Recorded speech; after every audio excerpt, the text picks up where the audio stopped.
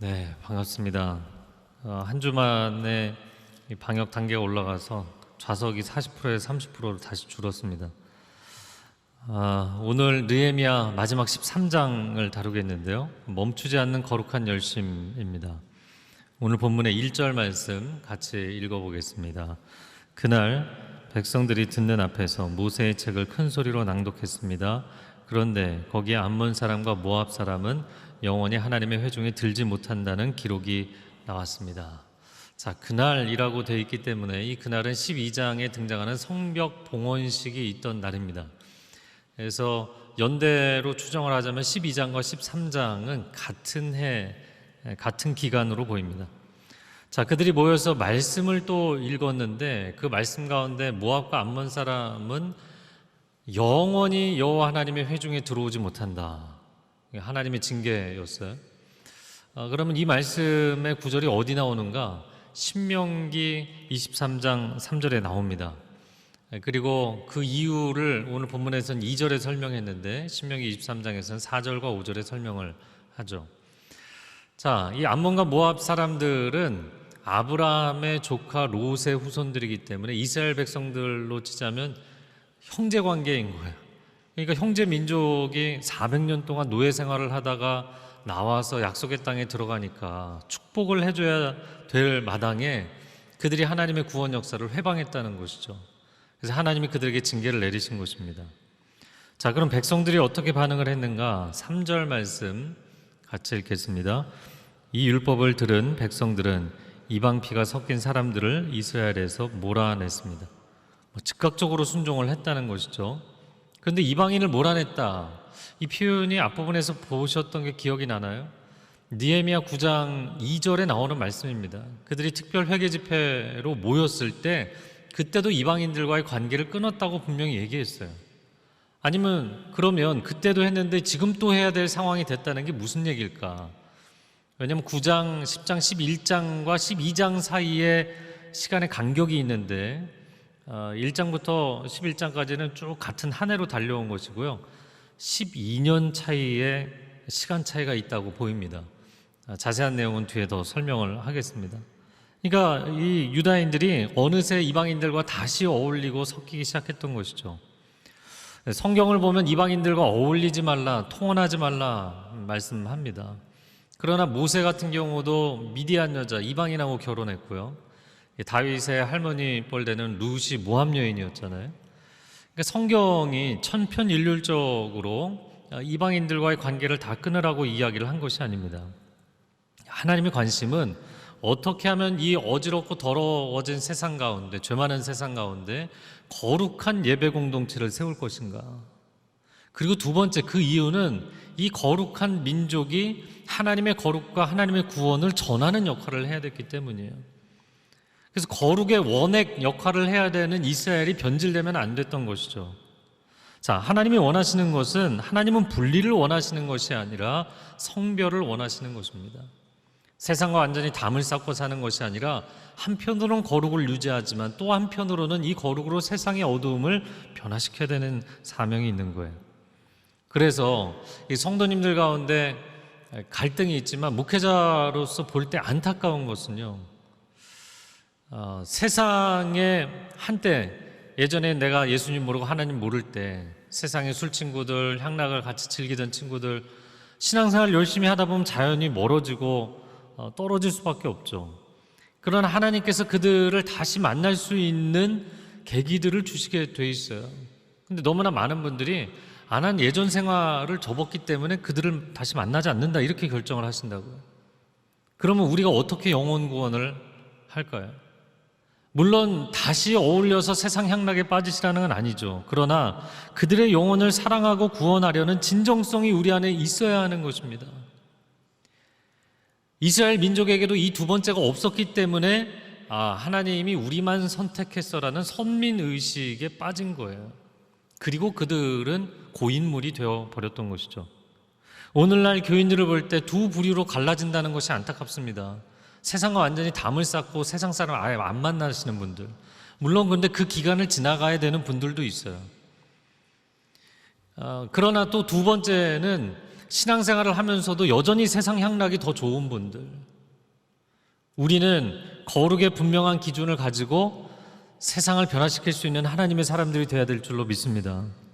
그것이 하나님 원하시는 것이죠.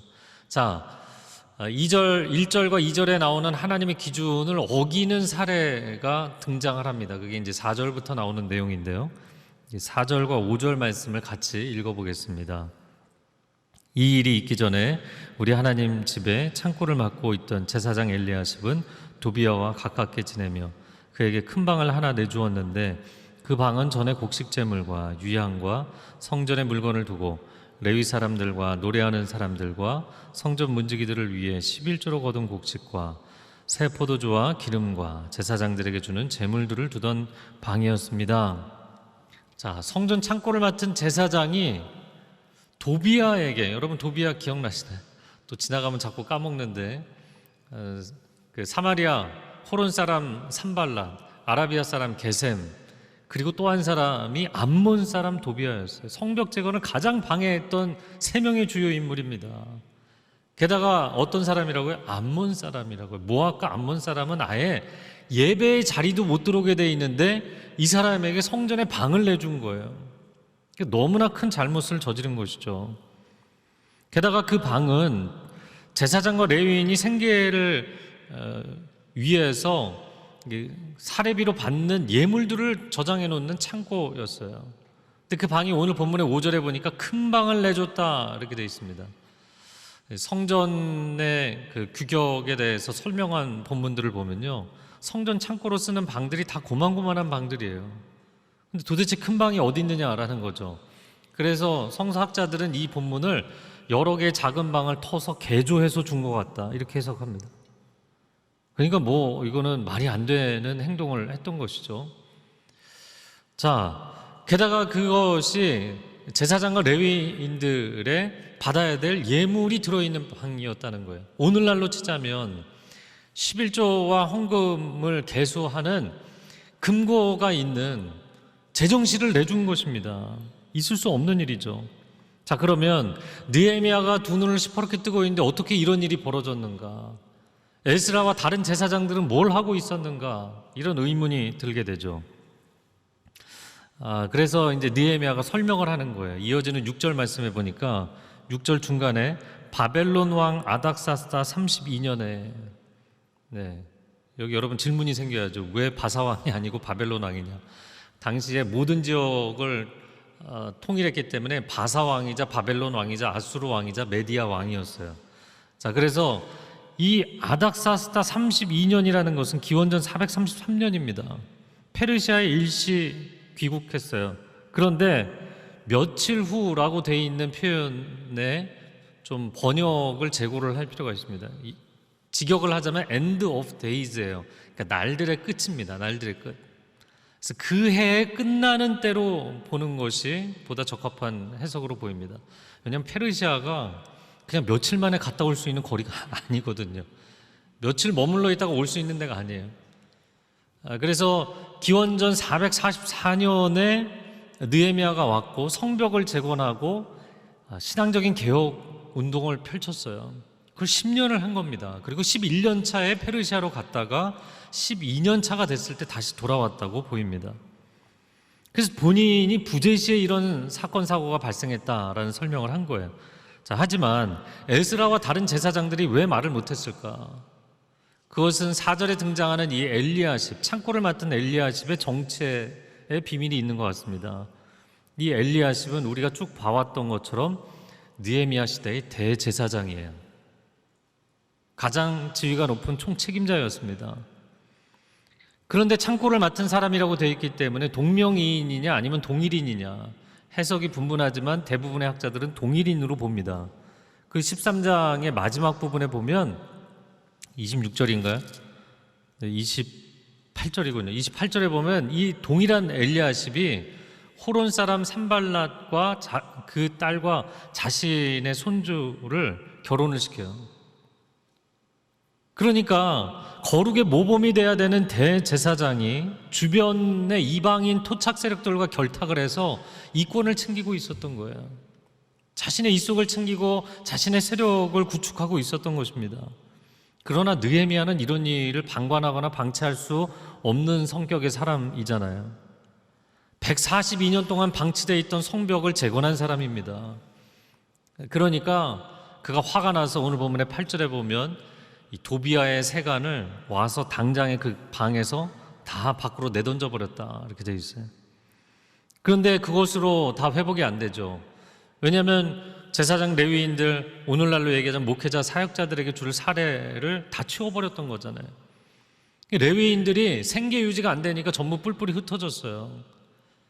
그래서 11절에 어떻게 하나님의 집이 이렇게 버려질 수 있느냐 탄식하면서 레위인들을 복직시키고 나니까 12절에 유다인들이 다시 11조를 하기 시작했다 되어 있습니다. 느헤미야 10장을 우리가 보았는데 언약갱신을 한 그 소명자들의 명단이 쫙 등장을 하고, 그리고 나서 그들이 반드시 하나님의 말씀을 지키겠습니다, 우리가 지키지 않으면 저주라도 받겠습니다, 그때 약속했던 가장 중요한 세 가지가 안식일과 이방인 통혼을 하지 않는 것과, 그리고 세 번째가 11조와 헌금을 잘 하겠다는 거였어요. 이 세 가지를 어긴 내용이 13장에 다 등장합니다. 너무나 안타까운 것이죠. 느헤미야는 정치 지도자입니다. 정치, 사회, 경제 문제를 다루는 사람이에요.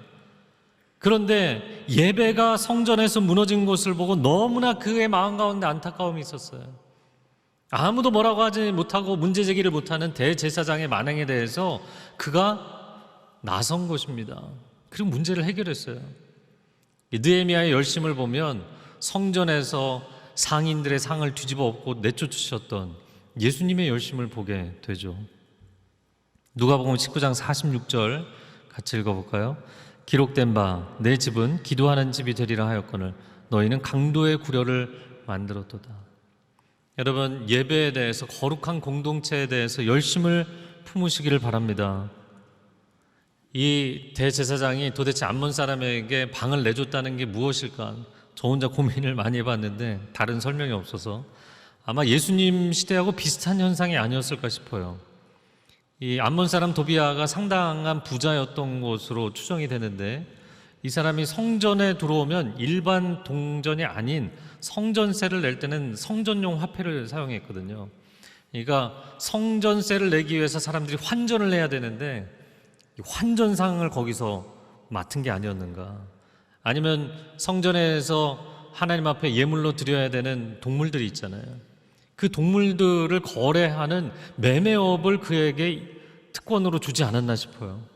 그러니까 이것은 사업권을, 어마어마한 사업권을 그에게 준 것이죠. 그리고 나서 대제사장이 뒤로 이익을 챙긴 거예요. 예배는 무너지고 돈벌이로 전락을 하게 만들어버린 것이죠.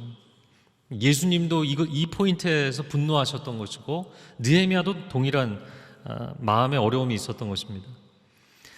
자, 시간에 대한 설명을 쭉 드렸는데 제가 이렇게 묵상을 하면서 느헤미야가 자신의 직을 걸고 여기 와서 10년 동안 이 무너진 예배, 무너진 공동체를 세우기 위해서 얼마나 애를 썼습니까? 그 10년의 세월이 흘렀다고요. 그러니까 무너진 예배를 일으키는 것은 이렇게 어려운데 무너지는 것은 한순간이라는 거예요. 이 대제사장이 이렇게 노리고 있었겠죠. 그러다가 총독이, 눈에 가시 같은 총독이 페르시아로 가니까 다시 안 돌아오겠지, 이런 생각을 하고 원 상태로 다 돌아간 거예요. 다 순식간에 와르르 무너지고 말았습니다. 목회자들도 다 뿔뿔이 흩어지고 성도들은 예배를 등한시하고. 우리의 상황을 놓고 보면 이 팬데믹 기간이 1년으로 멈추지 않는다는 거잖아요. 앞으로 또 내년, 후년을 생각을 해야 됩니다. 물론 안전을 위해서 가정에서 예배를 드리실 수밖에 없는 성도님들이 많이 계세요. 그런데 이렇게 동네에서 길거리에서 이렇게 만나면 성도님들이, 제가 물어보지도 않았는데 고해성사를 하시더라고요, 저한테. 집에서 예배 드리다 보면 소파에 앉아서 10분 뒤면 들어 누워 있어요. 계속 왔다 갔다 하고 집중이 안 된다는 거죠. 물론 이해는 됩니다. 그러나 느헤미야가 가졌던 경각심을 우리가 가져야 돼요. 회복하는 것은 굉장히 오랜 노력과 시간이 걸리지만 무너뜨리는 건 한순간이라는 거예요. 영상으로 가정에서 처소에서 예배 드리시는 분들도 정성껏 준비해서 거룩한 예배를 드리세요. 목욕 재개까지 하시면 좋겠지만 그게 안 되면 세수라도 하시고 깨끗한 옷이라도 입으시고 본인 성경을 딱 갖다 놓고 앉으셔서 예배 드리세요. 그런데 문제는 그뿐만이 아닙니다. 느헤미야 시대에도 오늘날에도 똑같은 어려움이 생기고 있는데 팬데믹 기간에 대부분의 지역교회들이 예배 인원이 줄고 헌금이 주니까 목회자들을 내보낼 수밖에 없는 거예요. 목회자들이 흩어질 뿐만 아니라 교회 문을 아예 닫게 되는 경우들도 나오고 있습니다. 경제적으로 위기이고 어려운 상황입니다. 우리 모두가 이 어려움에 함께 동참해야 되는 것이 맞습니다. 하지만 교회 자체가 문을 닫게 되다 보니까 팬데믹 기간이 끝나도 돌아올 교회가 없어지는 성도들이 생기고 있어요. 저는 저희 교회를 도와달라는 얘기가 아닙니다. 여러분, 우리가 여름에 아웃리치 가고 사실은 해외에 계신 농어촌 지역의 또 미자립 교회들을 얼마나 많이 돕습니까? 근데 아예 비대면 상황이니까 만날 수가 없잖아요. 근데 우리가 사역 갈 때 팀으로도 그렇고 개인으로도 그렇고 굉장히 재정도 많이 준비해서 갑니다. 그런 걸 생각하셔서 이 어려운 시기에 미자립 교회들, 농어촌 교회들 꼭 돌이켜보는 시간이 되시면 좋겠어요. 그래서 함께 만났던 사역했던 목사님들 연락드리고 격려해드리고 기도해드리고 후원해드려서 지금 교회가 무너지지 않도록 지켜내는 것도 한국 사회가 이 어려운 시기를 지나가면서 중요한 미션이라고 생각합니다. 자, 두 번째로 느헤미야가 돌아와서 다시 개혁하려고 했던 것 15절 말씀을 같이 읽어보겠습니다. 그 무렵 나는 사람들이 유다에서 안식일에 포도주 틀을 밟고 곡식을 들여와 나귀에 싣고 포도주, 포도, 무화과와 그 밖에 온갖 물건을 다 싣고는 안식일에 예루살렘으로 갖고 들어오는 것을 보고 그들에게 그날의 음식을 팔지 말라고 경고했습니다. 성전의 예배만 무너진 것이 아니라 일상에서의 거룩한 삶, 그 핵심인 안식일 준수가 무너진 거예요. 이방인이 아니라 유다인들이 안식일에 상거래를 하고 노동을 하고 물류 운송을 하고 이것도 잘못된 것이죠. 왜냐하면 그들이 다 하나님 앞에 약속했던 것입니다. 총독 느헤미야가 책망하는 내용이 17절에 나옵니다. 제가 읽어보겠습니다. 그래서 내가 유다 귀족들을 꾸짖으며 말했습니다. 당신들이 안식일을 모독하다니 이게 가당하긴 한 짓이요. 안식일을 어느 날짜를 모독했다고 표현한 것은 안식일을 어기는 것은 하나님을 모독하는 것이다. 왜 이렇게 표현을 했냐면 출애굽기 20장 10절 말씀 같이 읽어볼까요? 일곱째 날은 내 하나님 여호와의 안식일인즉 너나 내 아들이나 내 딸이나 내 남종이나 내 여종이나 내 가축이나 내 문 안에 머무는 객이라도 아무 일도 하지 말라. 왜 일을 하지 말라고 말씀하셨냐면 이것은 너희의 안식일이 아니라 하나님의 안식일이다. 하나님이 6일 동안 일하시고 쉬셨잖아요. 그 패러다임을 따라오라는 거예요. 하나님의 안식에 동참하는 것이 결코 여러분에게 손해가 되지 않고 복이 되도록 해주시겠다고 약속하셨어요. 이런 것이죠. 우리를 창조하셨고 하나님이 창조하신 세상에 살잖아요. 근데 하나님이 이날은 쉬는 날이다 이렇게 정하셨는데 우리는 안 쉬려고 한단 말이죠. 네. 그러니까 저 같은 경우 운동 좋아하고 축구 좋아하는데 아무리 선수가 열심히 게임을 한다고 해도 전반과 후반 사이에 10분 엄파이어가 쉬겠다고 그러는데 혼자 그러는 데서 뛰는 선수 있나요? 그건 아닌 거죠. 하나님이 정하신 법칙인 거예요. 이건 하나님의 날인 것입니다. 특별히 귀족들을 책망했다고 이야기하는 것은 이 귀족들이 사회적 지위만 높은 것이 아니라 경제적 지위도 높고 경제권을 갖고 있는 사람들이었기 때문이에요. 그러니까 고리대금업을 해서 일반 백성들이 어렵다 이게 중간에 나왔던 내용이죠.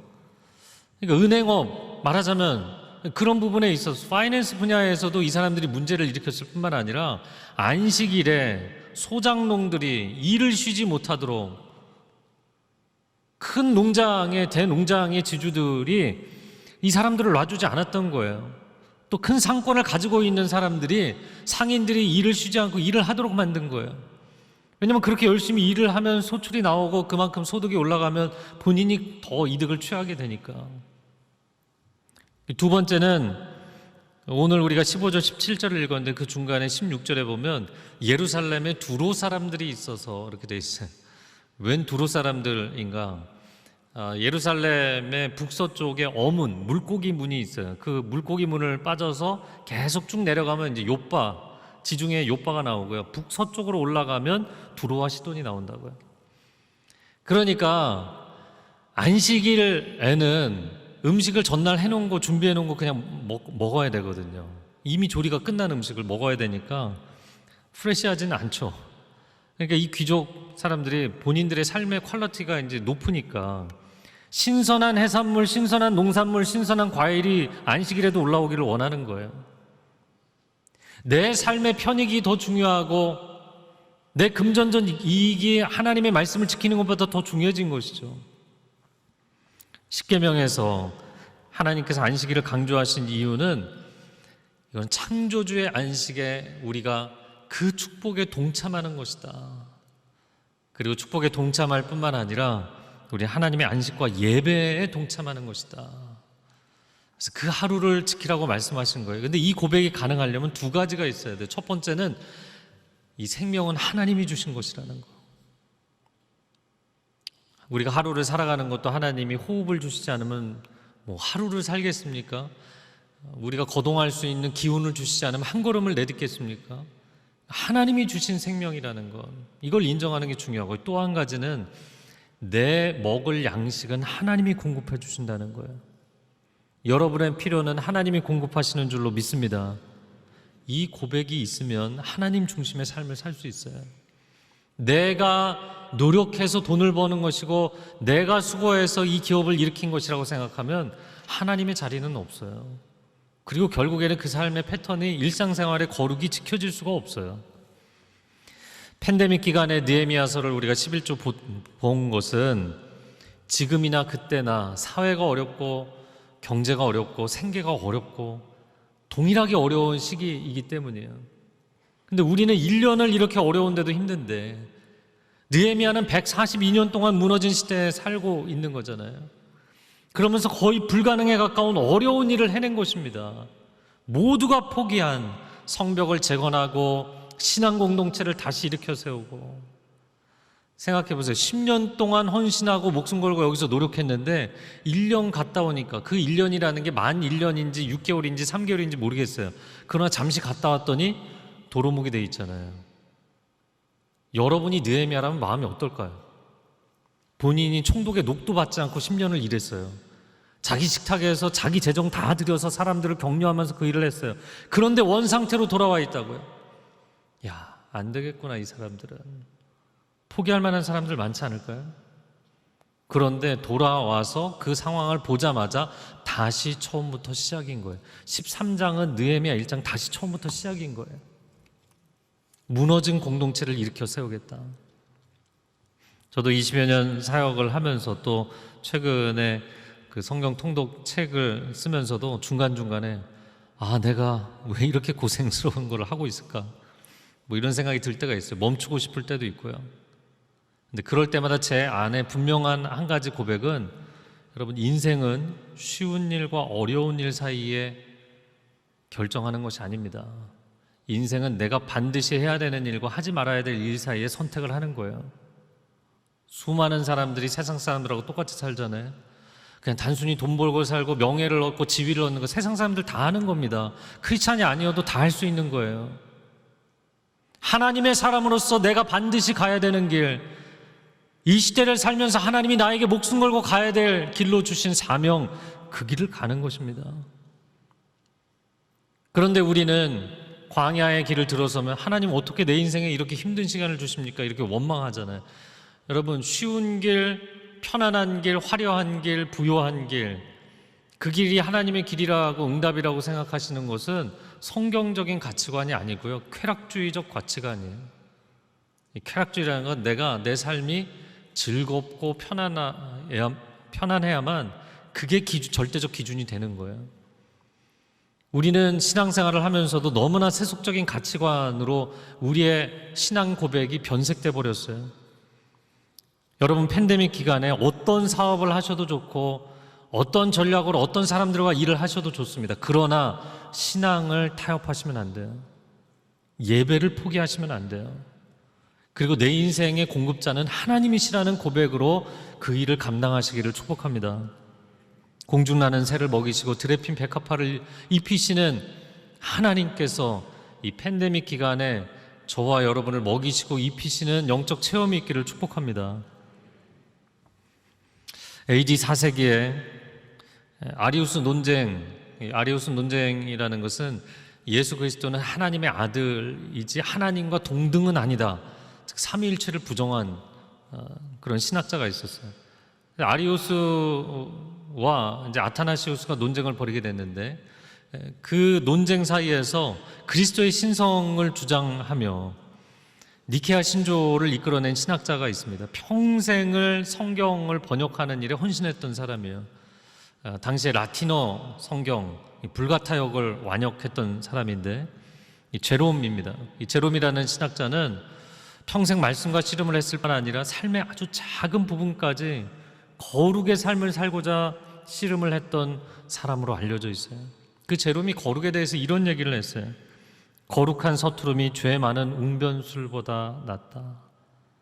세상에 말 잘하는 사람들이 얼마나 많은지, 자신의 잘못되고 어그러진 삶을 다 멋진 말로 합리화시킨다는 거예요. 하나님, 저는 서투르고 투박해도 하나님 앞에 죄인인 거 인정하고 제가 부족한 걸 인정합니다. 하나님의 거룩으로 저의 인생을 사로잡아 주시옵소서. 이 고백이 있었기 때문에 삼위일체 그 성경의 진리를 지켜낸 것입니다. 여러분, 저와 여러분 안에 이런 제롬과 느헤미야와 같은 하나님을 향한 거룩에 열심히 있기를 축복합니다. 자, 세 번째 느헤미야가 개혁하려고 노력했던 것은 가정에서의 거룩이었어요. 오늘 본문의 23절 4절 같이 읽겠습니다. 또한 그 무렵 나는 유다 사람들이 아스돗, 암몬, 모압 여자들과 결혼하는 것을 보았습니다. 그 자식들 가운데 절반이 아스돗 말은 해도 유다 말은 할 줄 몰랐습니다. 심각한 거죠. 아스돗은 이스라엘과 역사적으로 원수지간이었던 블레셋의 대표 도시잖아요. 이방인들과 결혼하는 것보다 더 심각한 문제는 신앙의 뿌리를 잃는 거였어요. 자신들의 말을 못한다는 것은 히브리어 성경을 읽지 못한다는 의미이거든요. 오늘날 우리도 마찬가지죠. 여러분, 설교 홍수 시대입니다. 예배당뿐만 아니라 클릭만 하면 수많은 설교들, 좋은 설교들을 들을 수 있는 시대예요. 좋은 설교자들이, 또 강사들이 가르쳐주는 말씀 들을 수 있어요. 그러나 내가 내 눈으로 읽는 성경 말씀, 내 손때가 묻은 성경책이 여러분에게 있는가? 이것은 신앙의 거룩의 근간을 지키는 데 매우 중요한 요소입니다. 목숨만큼 중요하게 생각하는 성경책이 있는가? 내 눈물 자국이 있고 기도의 탄식이 서려 있는 성경책이 내게 있는가? 없다면 오늘부터 그거 정하셔야 돼요. 이들은 언어를 잃어버렸는데 그 언어는 하나님의 언어, 성경의 언어를 잃어버린 것이었어요. 자, 느헤미야 총독이 얼마나 하나님 나라에 대한 거룩에 대한 열심이 있었는지, 이 사람 정치, 경제, 사회 다뤄야 될 사람이 가정의 거룩의 문제까지 개입을 한 거예요. 이건 안 됩니다. 그리고 25절에 보니까 유다 사람들을 감동시켜서 변화시켰던 느헤미야가 굉장히 과격한 행동을 해요. 거기서 몇 사람을 불러다가 꾸짖고 저주하고 때리고 머리채를 잡아당겼다, 이렇게 표현이 되어 있어요. 그럼 별로 충격을 안 받으시는데 머리채를 잡아당겼다고요. 야, 그 당시의 사람들이 사실 뭐 남자들도 이제 머리가 길고 뭐 터반을 쓰기도 하고 그랬기 때문에, 글쎄요, 뭐 우리나라 조선시대로 얘기를 하자면 상투를 틀고 있는 머리를 이렇게 잡아당겼다고 생각해보세요. 굉장한 모욕이죠. 그럼 느헤미야가 왜 이런 행동을 했을까? 한 두 가지로 해석이 가능한데요. 첫 번째는 이스라엘 사회에는 뭐 지금도 그렇지만 당시에는 더더욱이 유교 문화를 갖고 있는 우리나라의 위계 질서 못지않은 강력한 위계 질서를 가진 사회예요. 그래서 그런 문맥 안에서 이해를 하실 필요가 있고요. 그 또 한 가지는 총독이기 때문에 이런 하나님의 법을 어긴 사람들에게 집단으로 시령을 내릴 수도 있지만 그렇게 한 게 아니었어요. 몇몇 지인입니다. 몇 사람이라고 돼 있어요. 몇몇 지인을 불러서 개인적인 훈계를 한 것입니다. 자, 이 본문에서 저는 여러분에게 도전하고 싶어요. 여러분 주변에 느헤미야 같은 사람이 있습니까? 거룩의 기준이 명확해서 좀 대화하다 보면 불편할 때도 있지만 여러분 자신을 돌이켜보게 되고 조심하게 되는 그런 사람이 있냐고요. 그냥 좋은 말만 해주는 사람들만 있는지, 내게 직언을 해주는 사람이 있는지. 제가 온누리교회에서 처음 교육전도사 시작하고 또 뭐 전임 사역하고 할 때는 설교에 대해서 얘기해 주시는 분들이 많이 있었어요. 종종 있었습니다. 근데 지금은 아무도 얘기해 주지 않으세요. 근데 딱 한 분 남아 있습니다. 제가 그분에게 계속 얘기를 좀 해달라고 했거든요. 서빙고 2부 새벽 예배 할 때였는데 제가 이제 중등부 전도사를 5년을 하다가 이제 청년부 가서 그 청년부가 섬기는 서빙고 2부 새벽 예배를 했었어요. 많이 뜨겁게 기도하고 부흥한 새벽 예배였습니다. 근데 제가 중등부 때 같이 그때 총무 선생님 하시던 분인데 아침에 출근을 하셔서 전화하신 것 같아요. 목사님 오늘 예배 잘 드렸습니다. 아, 네, 새벽에 오셨군요. 네, 새벽에 갔었습니다. 그런데 오늘 설교가 좀 길던데요. 아, 네, 저도 느꼈습니다. 좀 필요 없이 좀 길어졌습니다.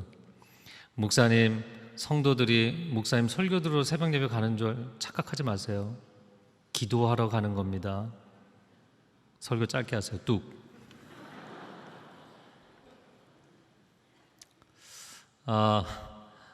제가 지금까지도 가장 친하게 지내는 사역자이시고 제가 멘토로 생각하는 권사님이세요. 제가 뭔가가 저의 목회 사역에서 뭔가 잘된 것이 있으면 저보다 더 기뻐해 주시고, 제가 뭔가가 잘못된 것이 있다고 소문을 둘러 들으시면 바로 전화하셔서 이게 무슨 얘기입니까? 당장에 고치세요. 이렇게 얘기해 주시는 분이세요. 여러분 주변에 느헤미야가 있습니까? 여러분을 정말 사랑하기 때문에 여러분이 뭔가를 잘했을 때 더 기뻐해 주고, 뭔가를 잘못했을 때 여러분이 자책하는 것보다, 우리가 자책 심하게 잘 안 해요. 여러분이 자책하는 것보다 더 질책을 해서 고치게 만들어주는 사람, 그런 사람을 여러분의 평생의 멘토로 삼으셔야 돼요.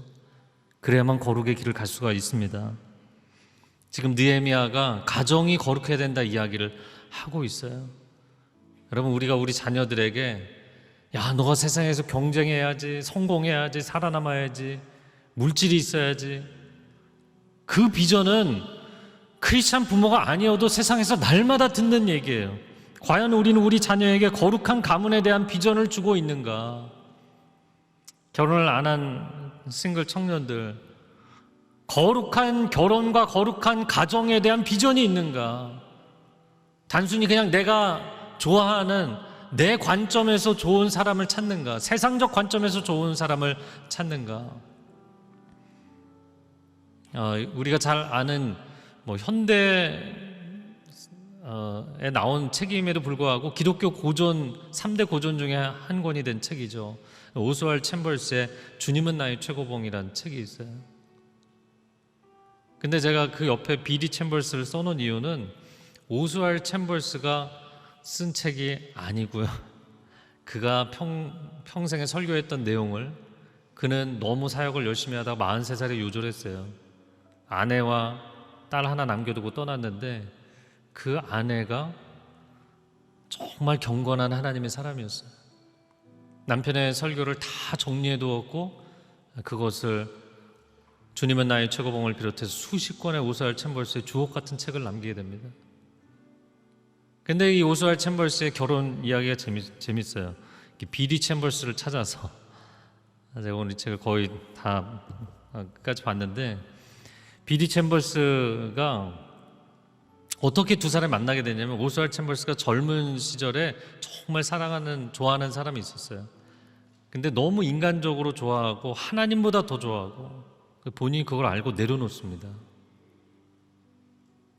그래서 좀 그 시대에 비해서는 늦게 결혼을 했어요. 30대에 결혼을 했는데 비디를 만납니다. 그리고 정말 경건한 하나님의 딸이라는 걸 알게 돼요. 두 사람이 결혼을 했고 속기사 출신이었던 비리 챔버스가 놀랍게 그의 주옥 같은 말씀들을 우리에게 남겨준 거예요. 여러분, 낭만을 포기하시라는 얘기가 아니고 거룩을 붙잡아야 된다는 이야기입니다. 우리의 비즈니스는 물질이 비전이 되었고 젊은이들의 결혼과 연애는 낭만이 비전이 되었어요. 그러나 성경 어디에도 물질이나 낭만이 비전이라고 얘기하지 않습니다. 거룩한 삶이 하나님의 사람들에게 주어지는 유일한 비전입니다. 내가 거룩하니 너희도 거룩할지어다. 하나님은 여러분이 어떤 직종, 어떤 사회 지위, 소유를 얼마나 가지고 어떤 집에 살았고 이런 거에 관심 없어요.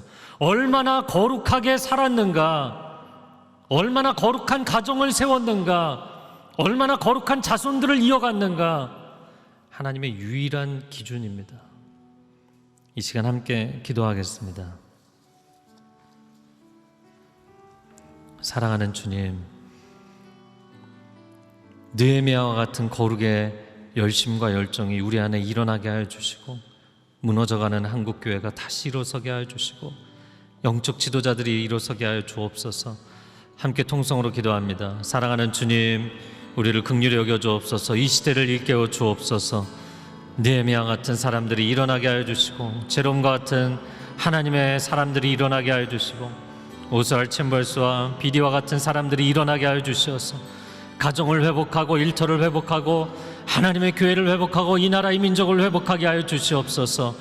다시 한번 하나님 나라의 영적 반전이 일어날 수 있도록 주님 역사하여 주옵소서. 폐허와 하나님 식민지배의 통치 가운데 고통받던 이 나라의 민족을 건져주신 하나님이십니다. 구원자 하나님, 주관자 하나님을 온전히 인정하고 신뢰하며 나아가게 하여 주시고, 하나님 경배하고 엎드릴 때 우리 가운데 회복이 있게 하여 주시고, 하나님 열방에 하나님의 회복의 은혜를 증거하는 민족 되게 하여 주시옵소서. 사랑하는 주님, 감사합니다. 주님의 은혜를 구합니다. 우리 가운데 이 거룩의 열심이 다시 불타오르게 하여 주셔서 삶의 자리마다 다시금 느헤미야의 반전의 역사들이 일어나게 하여 주시옵소서. 예수 그리스도의 이름으로 기도합니다. 아멘.